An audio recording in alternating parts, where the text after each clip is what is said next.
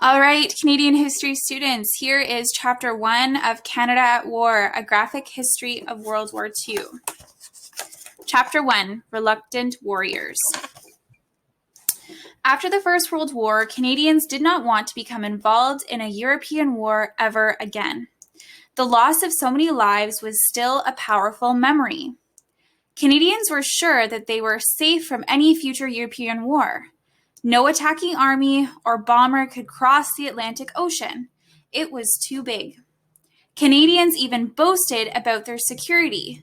In 1927, a senator, a Canadian delegate, gloated to the League of Nations that we live in a fireproof house, far from the sources of congregation.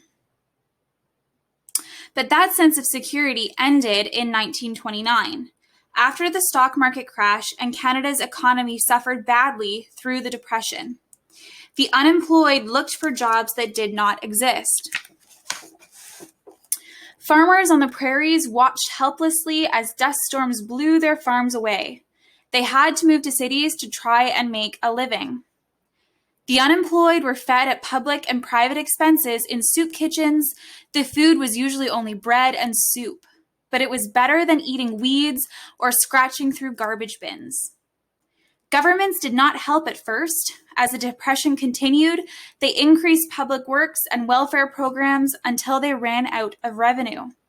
In desperate need of money, Prime Minister R.B. Bennett cut military spending. In 1939, the Royal Canadian Air Force lost 78 officers and 100 airmen, 20%. The Air Force was only the first target. The Royal Canadian Navy launched HMCS's Skeena and HMC's Saguenay in the early 1930s. The entire Navy budget was almost cut by the Bennett government, which wanted to use aircraft to defend Canada's coasts.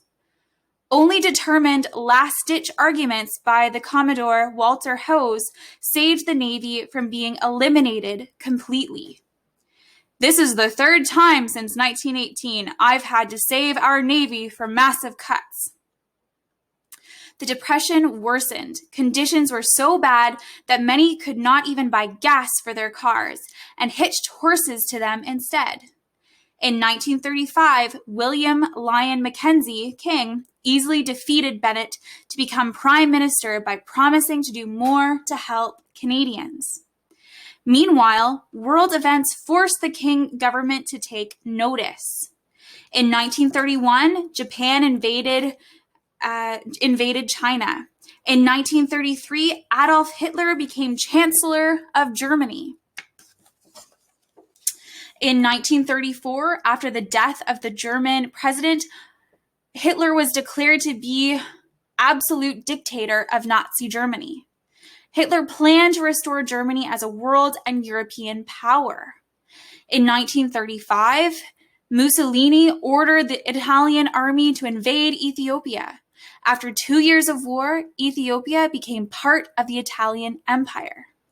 In March 1936, Hitler sent troops into the Rhineland, a part of Germany that had been demilitarized after World War I. That October, Mussolini and Hitler signed a friendship treaty, the Rome-Berlin Axis. By late 1936, the United States had built bombers that could fly over the Arctic to Europe with only one stop to refuel. If the Americans could do that, Nazi Germany could do it too. Canada could be bombed. But Canada had no defenses at all in the Arctic, and pitifully few elsewhere, as General Andrew McNaughton told the King government. Canada has only 25 obsolete airplanes with no bombs. Our Navy has only 4 destroyers. Our Army has no tanks, no artillery, and no anti-aircraft guns. But we do have a few trucks. President Roosevelt had often sailed in Canadian waters. He saw how easy it would be to attack Canada by sea. FDR told King he was worried about Canada's naval defenses. King had no choice. He hated to do it, but Canada had to restore its military spending. The army was modernized. Old regiments were combined into tank, artillery, and armored car units. But no equipment was actually bought. King did not intend to send troops overseas.